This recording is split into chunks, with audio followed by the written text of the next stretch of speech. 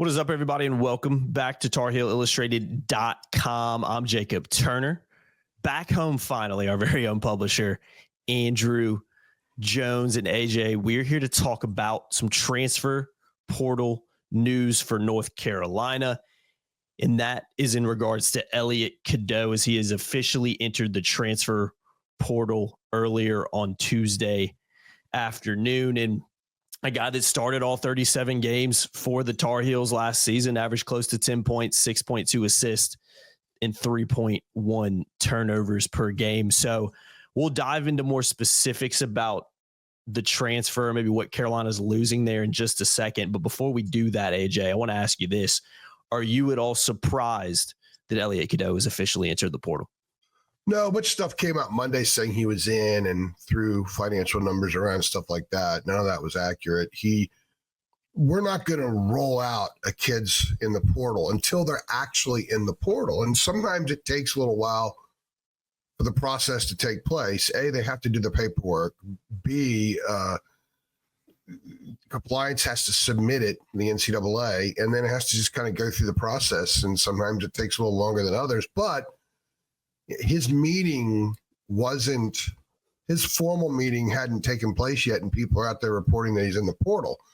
He's going to have the meeting first, had the meeting with Hubert, and there were some things that the Cadeau contingent wanted to address that they believe needed to be addressed on his behalf.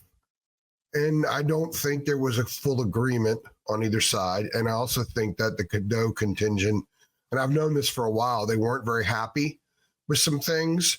A lot of it is the abuse that Elliot took on social media from Carolina fans. And I've noticed that here in the portal era and the money era, that fans don't put their arms around players like they used to as much.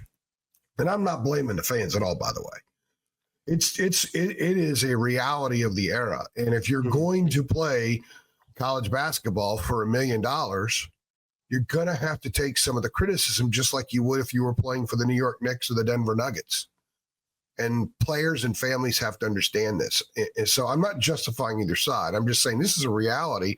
Mm-hmm. And the Cadeau struggled with that.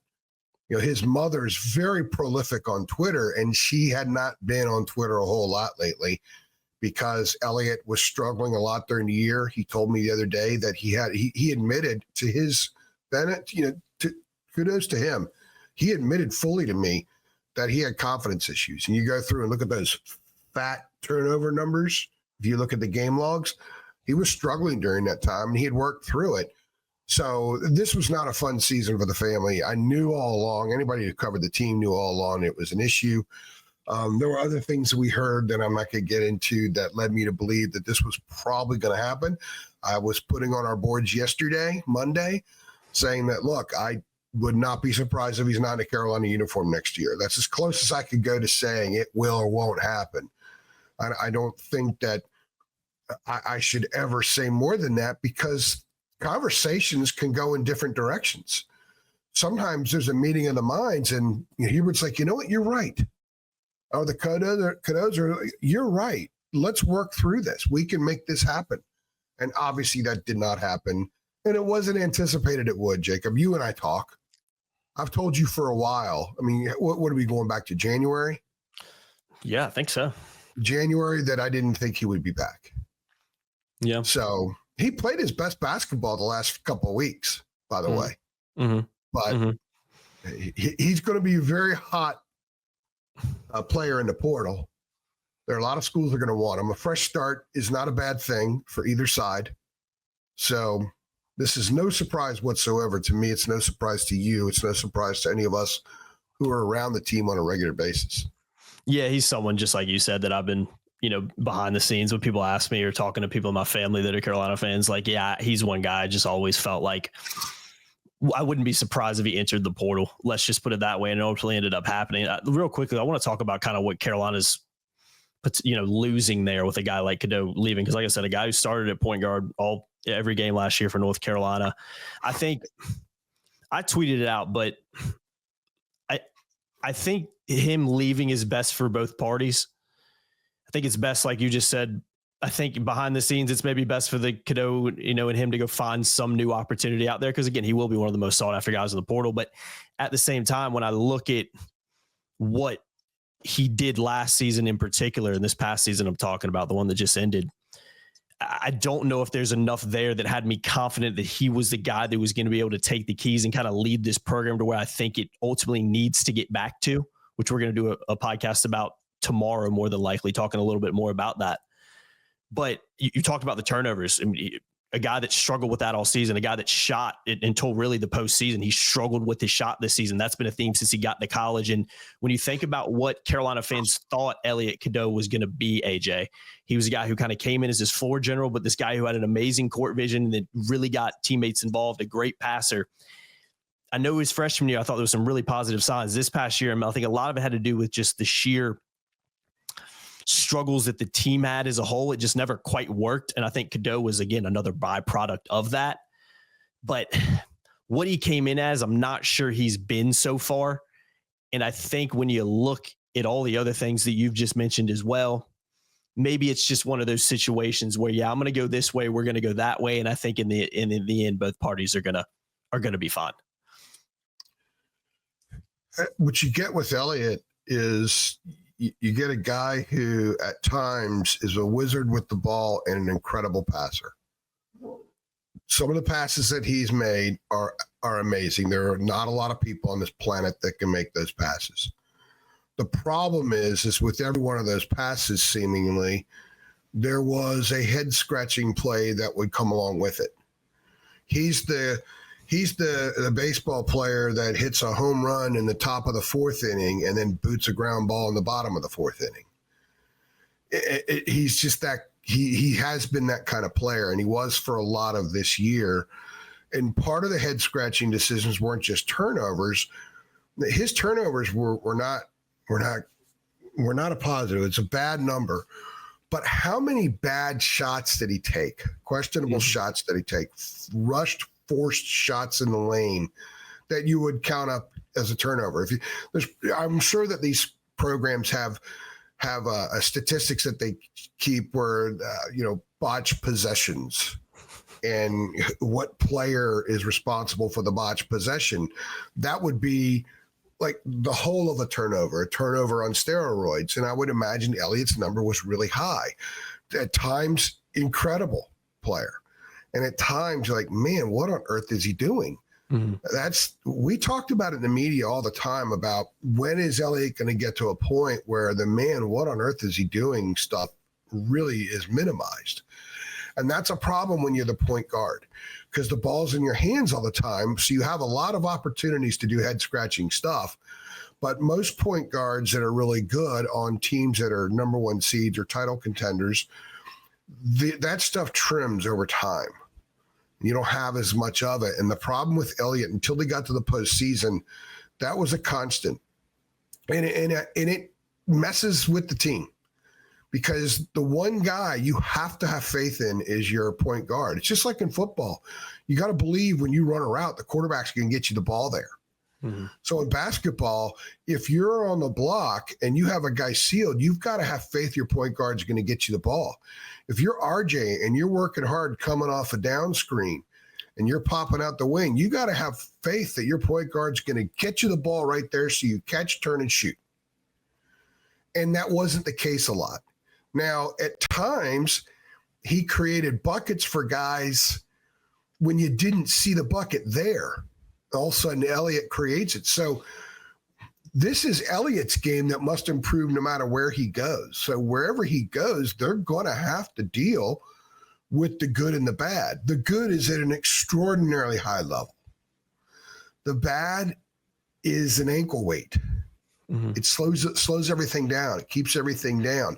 He's going to have to improve that to have his final 2 years in college to have a great college career, however long he plays in college. So that was Carolina's problem because it was their point guard's problem.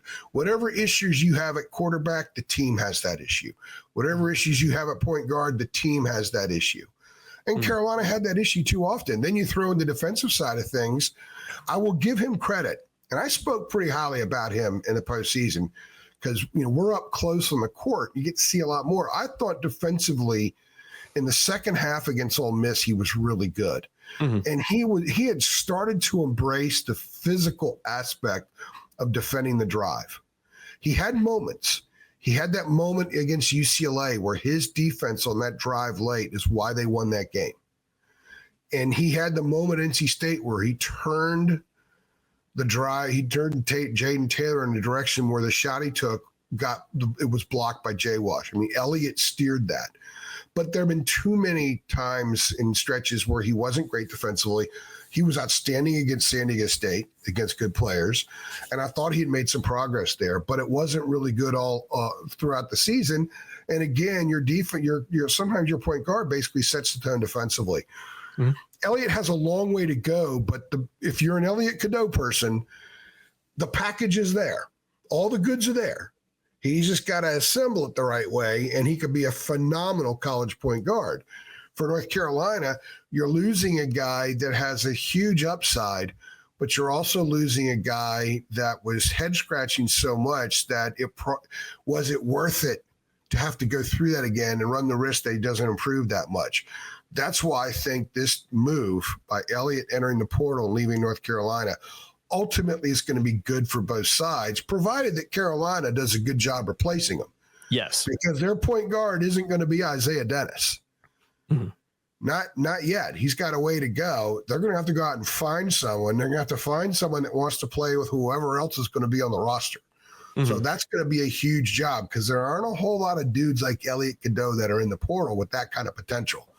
So it's the best for both sides, but it's also risky for both sides in some respects because wherever Elliot goes now, they have nothing invested in him except NIL money. Yeah. So he may have a much shorter leash there than he had in Chapel Hill. Yeah, that's a great point. I'm glad you said that too about, it's a good kind of thing for both parties if, especially on the Carolina side, they replace him because that's the key. I mean, he's a starting point guard for the last 2 years, and he had a solid freshman season. He started this year well too, but just ended up kind of plateauing. You talked about that stretch there in the season where he really struggled with turnovers over a 23-game span, averaging 3.4 turnovers and just 5.8 assists.